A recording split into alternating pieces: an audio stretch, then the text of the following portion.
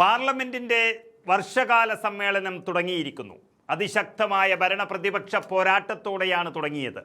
മുന്നോടിയായി വിളിച്ചു ചേർത്ത സർവകക്ഷി യോഗത്തിൽ നിന്ന് പ്രതിപക്ഷ പാർട്ടികളെല്ലാം ഇറങ്ങിപ്പോയി. ഇതുവരെ ഇന്ത്യ മുന്നണിയായി നിൽക്കാൻ കഴിയാത്തവരും ഇപ്പോൾ ഒന്നിച്ചുകൂടി എന്നുള്ളതാണ് ഇതിൻ്റെ വിജയം. തൃണമൂൽ കോൺഗ്രസിൽ നിന്ന് ജയിപ്പിച്ചയച്ച 20 MP-മാർ ആ ജനങ്ങളുടെ വിധിയെ മാനിക്കാതെ BJP-യുടെ സമ്മർദ്ദത്തിന് വഴങ്ങി കൂറുമാറിയത് ഈ ജനാധിപത്യ രാജ്യം കണ്ട ഏറ്റവും വലിയ വൃത്തികേടാണ്. പുച്ഛിച്ച് തലതാഴ്ത്തിയിരിക്കുകയാണ് ജനങ്ങൾ ഇത് നോക്കി. അവർക്ക് നിലവിൽ പാർട്ടിയില്ല 20 MP-മാർക്ക്. പക്ഷെ BJP-യുടെ ഒപ്പം ചേരാനുള്ള കുതിരക്കച്ചവടത്തിൻ്റെ ഭാഗമായി അവരുടെ പാർട്ടിക്കൊരു പേര് നൽകിയിരിക്കുന്നു ഇപ്പോൾ. അങ്ങനെ nationalist citizens party of India എന്ന പാർട്ടിയുടെ പേരിൽ യോഗത്തിലേക്ക് വിളിച്ചിരിക്കുകയാണ്. അങ്ങനെ വിളിച്ചതിൽ പ്രതിഷേധിച്ചുകൊണ്ടാണ് പ്രതിപക്ഷം ഒന്നിച്ച് ഇറങ്ങിപ്പോയത്. പാർട്ടിയുടെ MLA-മാരെ വിലക്ക് വാങ്ങിയത് മാത്രമല്ല, അവർക്ക് പുതിയ പേരും നൽകി പുണ്യാളന്മാരാക്കാൻ നോക്കുകയാണ് BJP എന്നുള്ളതാണ് സത്യം. അതോടെ ഇന്ത്യ സഖ്യത്തിൻ്റെ ഭാഗമല്ലാതിരുന്ന DMK-യും ആം ആദ്മി പാർട്ടിയും വരെ പ്രതിഷേധത്തിൽ പങ്കാളികളായി. എല്ലാ പ്രതിപക്ഷ പാർട്ടികളും എഴുന്നേറ്റ് പോയാൽ അത് തന്നെ നല്ല കാര്യമെന്ന് വിചാരിക്കുന്ന BJP-യെ അങ്ങനെ വിടാനും പ്രതിപക്ഷം തയ്യാറായില്ല. അതിശക്തമായ പ്രതീകാത്മക ബഹിഷ്കരണം നടത്തിയ ശേഷം പ്രതിപക്ഷം യോഗത്തിലേക്ക് വീണ്ടും തിരിച്ചടി നടത്തി. അതായത് ജനാധിപത്യത്തിൻ്റെ ഘാതകരായ ഈ 20 വിമത സഭാ അംഗങ്ങൾ ഉൾപ്പെട്ട nationalist citizens party of India എങ്ങനെ ഈ സർവകക്ഷി യോഗത്തിൻ്റെ ഭാഗമാകുമെന്നാണ് പ്രതിപക്ഷം ചോദിച്ചത്.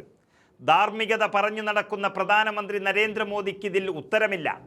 പാർലമെൻറ്റിലെ വെബ്സൈറ്റിൽ പേര് പോലുമില്ലാത്തൊരു പാർട്ടിയെയാണ് ഈ യോഗത്തിലേക്ക് ക്ഷണിച്ചിരിക്കുന്നത്. അങ്ങനെ പാടില്ല. പാർലമെൻറ്റ് വെബ്സൈറ്റിൽ ഈ MP-മാരെ തൃണമൂൽ അംഗങ്ങളായിട്ടാണ് ഇപ്പോഴും രേഖപ്പെടുത്തിയിട്ടുള്ളത് എന്ന് പോലും ആലോചിക്കാൻ കഴിയാത്ത വിഡ്ഢികളായി മാറുകയായിരുന്നു സർക്കാരിന് നേതൃത്വം നൽകുന്നവർ.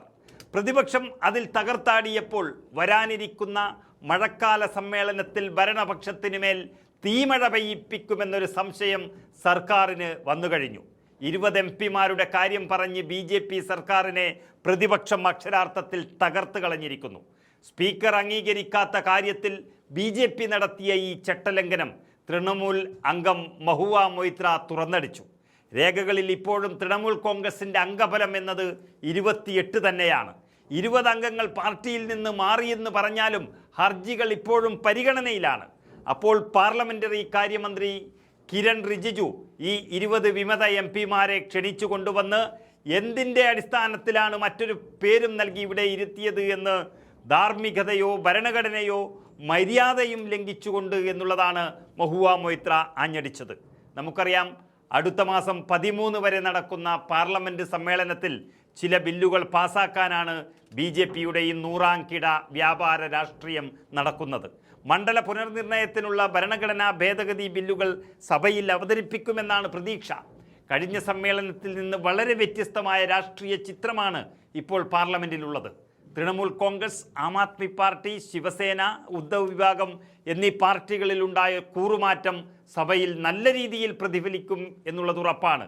അത് ഈ രാജ്യത്ത് വലിയ ചർച്ചയാക്കാനുള്ള ശ്രമത്തിൽ പാർലമെൻറ്റ് ഇതുവരെ കാണാത്ത രീതിയിൽ പ്രക്ഷുബ്ധമാകും എന്നുള്ളതും ഉറപ്പാണ്. BJP-യുടെ ഈ കുതിരക്കച്ചവടത്തോടൊപ്പം അയോധ്യയിലെ രാമക്ഷേത്ര സംഭാവന തട്ടിപ്പ്, അതുപോലെ നീറ്റ് പരീക്ഷയിൽ ചരിത്രത്തിൽ കാണാത്ത രീതിയിലുള്ള ചോദ്യപേപ്പർ ചോർച്ച, ഈ വിഷയങ്ങൾ പ്രതിപക്ഷം സർക്കാരിനെ പൂർണ്ണമായും സമ്മർദ്ദത്തിലാക്കും എന്നതിൻ്റെ വ്യക്തമായ സൂചനയാണ് ഈ ആദ്യ ദിവസം തന്നെ നമുക്ക് ലഭിച്ചിരിക്കുന്നത്.